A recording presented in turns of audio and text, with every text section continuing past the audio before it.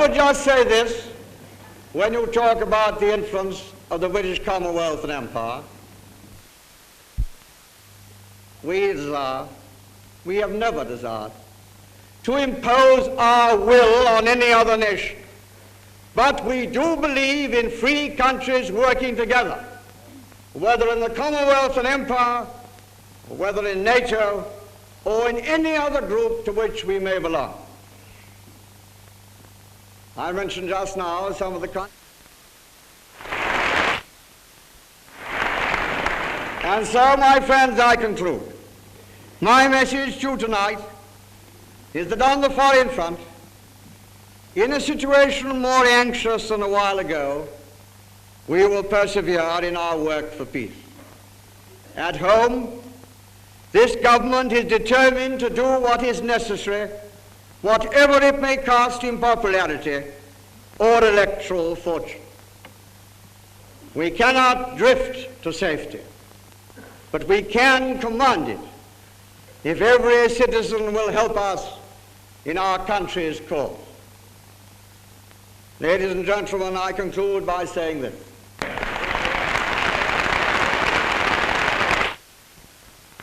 As events are unfolding in the world today, two conditions are necessary if there's to be an enduring peace. First, that all countries should remember what a world conflict would involve. Second, that this awful knowledge should build up a growing sense of responsibility that peace must be kept everywhere. It is increasing carelessness about this which is our greatest danger today. But in the final result, there will be no security until an arms agreement is reached which covers all weapons, and not only nuclear weapons, and that is our aim. To abolish nuclear weapons alone would merely hand power to the big battalions. I quite understand some people would like that to happen. Ladies and gentlemen, some foreign travelers have been making speeches lately. On these, I'll only make this comment. It is a fantastic travesty of this country's policy to pretend that our purpose is to put our feet on other people's necks. The opposite is the truth.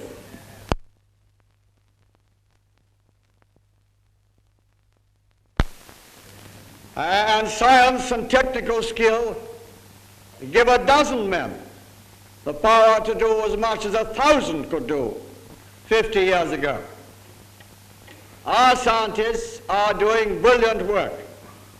But if we're to make full use of what we are learning, we shall need more scientists, more engineers and technicians. So I'm determined that this shortage shall be made good. You will see what a harvest waits to be gathered when I tell you that only 1 boy in 4 leaving school goes to any kind of technical college. This is often because he cannot get to such a college or because there isn't room for him, but the consequence is clear enough. For this and other reasons, thousands of our boys and girls don't get the chance of technical education at all. The universities are helping us. They are enlarging their scientific and engineering schools. But even so, the universities can take only a fraction of those leaving school who need further education. So, ladies and gentlemen, you here in Bradford have a technical college. Well, now, the aim before you now, before all of us now, before our country now, is to build a high road that runs from school to the highest positions in industry and commerce, to make it possible for every boy and girl to join that road at the point which suits them best and to travel on it as far as their talents and their perseverance will take them. That's what we want to do.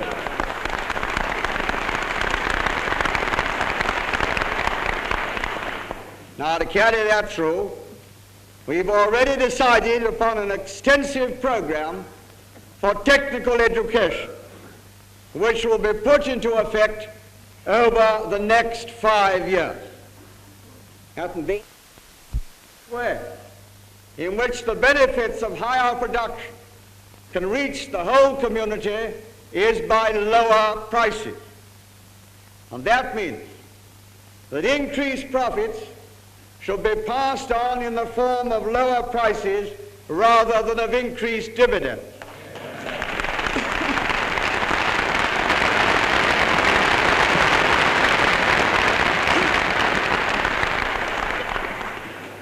Well, if we're all agreed about that, we can get quite a way.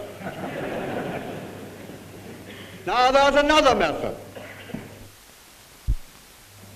In these last months, the character of the contest between the communist powers and the Western democracies has changed.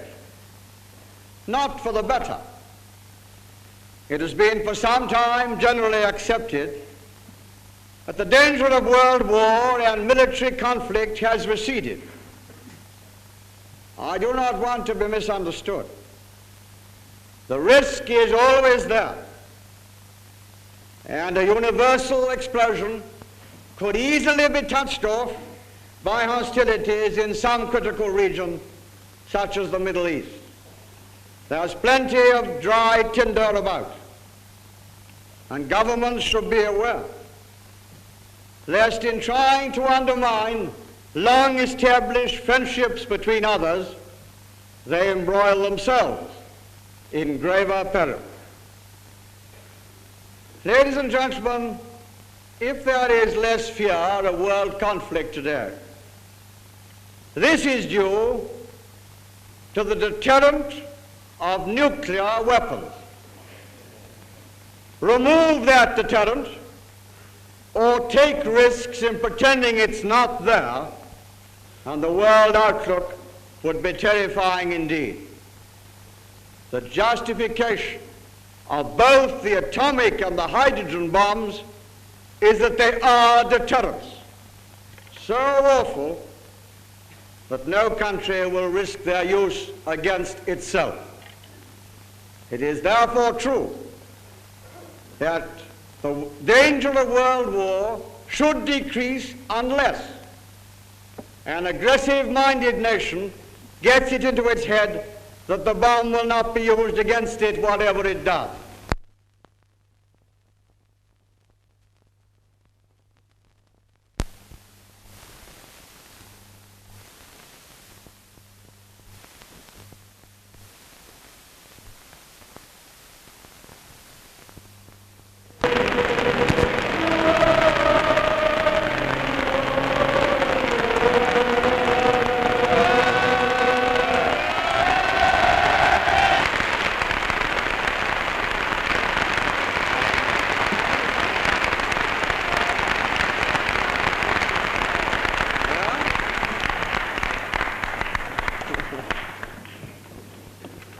Mr. Chairman, my lords, ladies and gentlemen, thank you for this wonderful Yorkshire greeting you've given me. It's good to be in Bradford again. I think, if my memory is right, that last, say to you, sir, on my wife's behalf, gentlemen, you may have observed quite a lot of people seem to be interested in this meeting. All sorts, all around the place. Well, it's true that I have some important things to say to you tonight. But if I may let you into a secret, because there's nobody to overhear, the important things I'm going to say to you are just exactly those I was going to say to you if there hadn't been all this hullabaloo.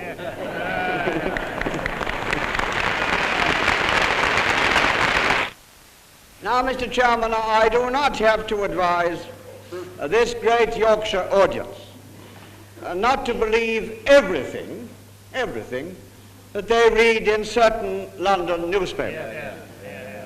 I know that one or two of these cantankerous publications claimed that they were reflecting public feeling. They were doing nothing of the sort. What they were doing was to try to make you think and feel what they wanted you to. And I'm sure you'll always be on your guard against such methods, because that way lies the denial of democracy. I wouldn't even... Reports of disunity are spread abroad. Is not of depression and stagnation, but of launching out on new efforts in too many directions all at once. The cost of living at home, the cost of our exports abroad, these are the real problems. Now, what have we done about them? And what more can we do? I can well understand how severely rising prices have hit those who are dependent on fixed incomes and pensions. Theirs is perhaps the hardest case of all. We have already taken steps to help many of them. Less than a year ago, war pensions, retirement pensions, national insurance benefits were all substantially increased. Next month, the increased national assistance scales will take effect. And now, we are preparing detailed proposals which will be put before Parliament shortly to assist retired members of the public services, including teachers and the armed forces. Nor, sir, will we forget those who have no organizations to press their claims. Now, the best way in which we can help them, and the best way in which we can help each other, is by fighting the battle of inflation. That is what we're doing, and that is what we're going to do. Now, let's look first for a moment at what we've done. We introduced as line. We have to get rid of the Maginot Line mentality in industry. And it's not only on the management side that restrictive practices exist. We cannot afford restrictive practices anywhere which stand in the way of a more competitive and of a progressive economy for our country.